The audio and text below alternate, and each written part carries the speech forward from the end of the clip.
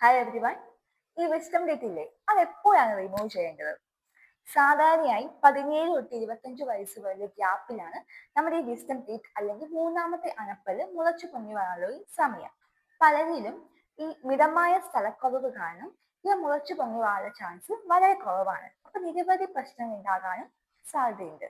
അപ്പോൾ ഇവ എപ്പോഴൊക്കെയാണ് റിമൂവ് ചെയ്യേണ്ടതെന്ന് ചോദിച്ചാൽ, വായിന്റെ പുറകില് ഇടയ്ക്കിടെ വേദന ഉണ്ടാകുക, വീക്കം ഉണ്ടാകുക, ഇതൊക്കെ ഇൻഫെക്ഷൻ ഉള്ളത് കൊണ്ട് വരുന്നതാണ് കേട്ടോ. പിന്നീട് ഭക്ഷണം കുടുങ്ങി നിൽക്കുന്ന അവസ്ഥ, പല്ല് പകുതി വന്ന് നിൽക്കുന്ന ടൈമിൽ ഫുഡ് വന്ന് സ്റ്റക്ക് ചെയ്യാനുള്ള ചാൻസ് ഉണ്ട്.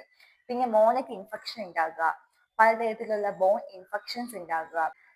പിന്നീട് നമ്മുടെ ഈ വിസ്ഡം ടീത്തിന്റെ തൊട്ട് മുമ്പിലുള്ള നമ്മുടെ ഈ അണപ്പല്ലിന് എന്തെങ്കിലും കേടുകളോ ഇൻഫെക്ഷൻസോ വന്നു കഴിഞ്ഞാലും ഇവ നമ്മൾ റിമൂവ് ചെയ്യണം. ഇതിന് നമുക്ക് നമ്മുടെ ഈ അണപ്പല്ലും കൂടി നഷ്ടമാകും. സാധാരണ രീതിയിൽ ആന്റിബയോട്ടിക്സ് കഴിച്ചു കഴിഞ്ഞാൽ പെയിൻ കുറയും. പക്ഷെ വീണ്ടും വീണ്ടും പെയിൻ വന്നു കഴിഞ്ഞാൽ സ്ഥിര പരിഹാരം എന്ന് പറയുന്നത് പല്ലെടുത്ത് കളയുക തന്നെയാണ്.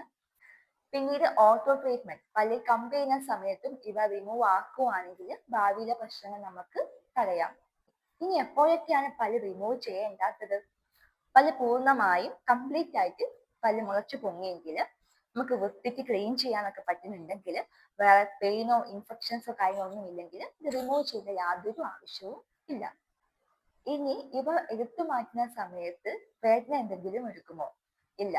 നമ്മൾ പ്രോപ്പർ ആയിട്ട് ആ ഭാഗം എല്ലാം മരവിപ്പിച്ചിട്ടേ എടുക്കുള്ളൂ. എടുക്കുന്ന ടൈമിൽ വേദന അറിയത്തേയില്ല.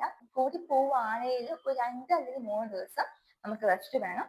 ആ ടൈമിൽ ഒരു ചെറിയ വീക്കം പെയിൻ ഒക്കെ കാണും. പിന്നെ എല്ലാം ബാക്കി നോർമൽ ആയിക്കോളും. അപ്പോൾ വീണ്ടും വീണ്ടും പ്രശ്നം വരുന്ന വിസ്ഡം ടീത്ത് ആണെങ്കിൽ എത്രയും വേഗം അവ എടുത്ത് കളഞ്ഞോളുക. Thank you.